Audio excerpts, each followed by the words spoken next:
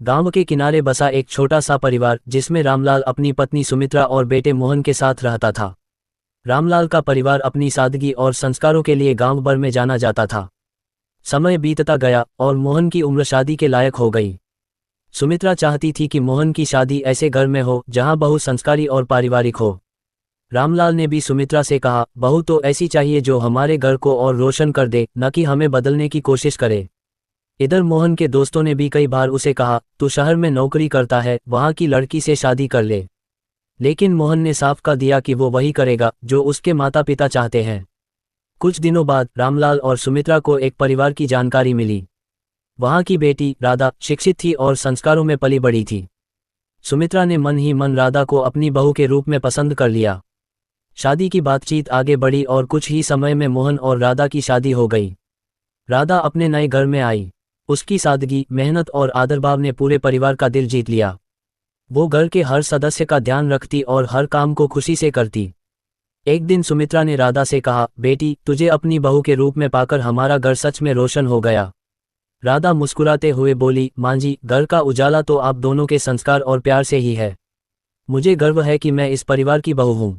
रामलाल और सुमित्रा ने एक दूसरे को देखा और मुस्कुराते हुए कहा, सचमुच यह हमारी पसंद की बहू है।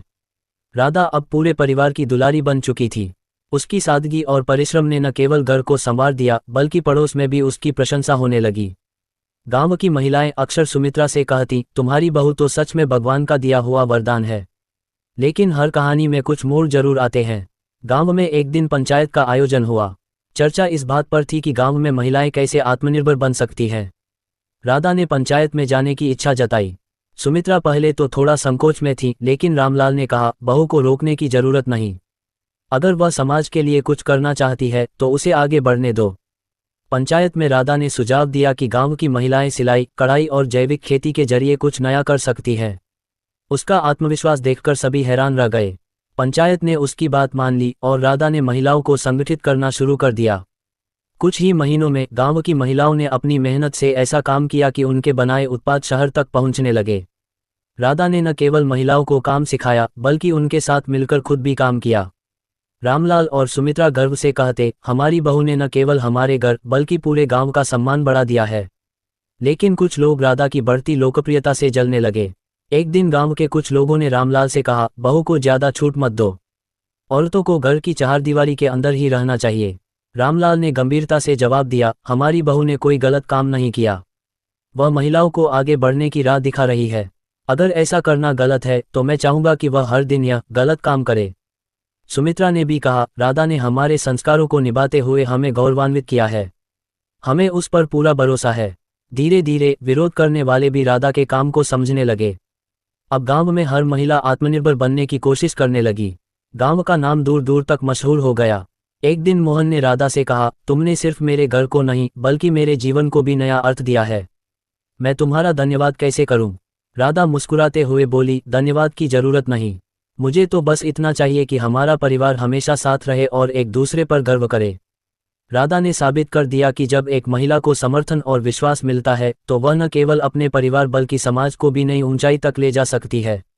राधा की मेहनत और समर्पण ने न केवल उसके परिवार बल्कि पूरे गांव को एक नई दिशा दी थी। पर जिंदगी हमेशा एक सी नहीं रहती। जब बदलाव आता है तो वह अपने साथ नई चुनौतियां भी लाता है। गांव के एक प्रभावशाली व्यक्ति ठाकुर वीरेंद्र सिंह राधा के काम से खुश नहीं थे। उन्हें लगता था कि महिलाओं का आत्मनिर्भर होना उनके पुराने विचारों के खिलाफ है। उन्होंने पंचायत में राधा के काम को बंद करवाने की साजिश रची। एक दिन पंचायत बुलाई गई। ठाकुर ने पंचायत में कहा, गांव की औरतों को ऐसे बाहर निकलने की जरूरत नहीं। यह उनकी मर्यादा के खिलाफ है। घर की चारदीवारी ही उनका असली स्थान है। गांव के कई लोग इस बात से सहमत थे, लेकिन राधा ने शांत और आत्मविश्वास भरे स्वर में जवाब दिया, मर्यादा का अर्थ है सम्मान और आदर। अगर एक महिला अपने परिवार और समाज का भला करने के लिए कदम बढ़ाती है तो क्या वह मर्यादा का उल्लंघन है? मैंने अपने परिवार से प्रेरणा लेकर यह काम शुरू किया है। मैं किसी की मर्यादा नहीं तोड़ रही बल्कि अपने संस्कारों का पालन कर रही हूँ। राधा के ये शब्द सुनकर कुछ महिलाओं ने हिम्मत जुटाई और उसका समर्थन किया। उन्होंने भी पंचायत में कहा, हम अपनी मर्जी से काम कर रही हैं। अगर इस काम से हमारा परिवार और गांव आगे बढ़ रहा है तो इसे क्यों रोका जाए? हालांकि ठाकुर हार मानने को तैयार नहीं थे। उन्होंने राधा और उसके परिवार को धमकी दी कि अगर यह काम बंद नहीं हुआ तो उन्हें गांव से निकाल दिया जाएगा। रामलाल, सुमित्रा और मोहन इस स्थिति से चिंतित तो हुए, लेकिन उन्होंने राधा का पूरा साथ देने का फैसला किया। राधा ने कहा, मैं हार मानने वालों में से नहीं हूँ। अगर मैं अपने परिवार और गांव के लिए कुछ अच्छा कर रही हूँ तो डरने की कोई बात नहीं। रामलाल ने राधा से कहा, तू अकेली नहीं है, पूरा परिवार तेरे साथ है। सुमित्रा ने उसे गले लगाते हुए कहा, तू हमारी बहू ही नहीं, हमारी बेटी है।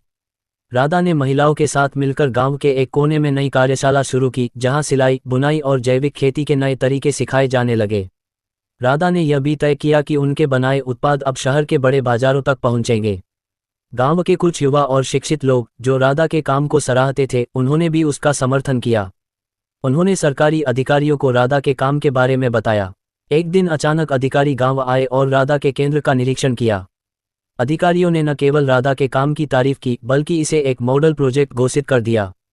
इसके बाद राधा और उसके समूह को सरकारी सहायता मिलने लगी। ठाकुर और उनके समर्थकों को मुंह की खानी पड़ी। एक दिन गांव में एक बड़ा उत्सव मनाया गया। सभी महिलाओं ने राधा का धन्यवाद किया और कहा, तुमने हमें हिम्मत दी, सपने देखने की ताकत दी।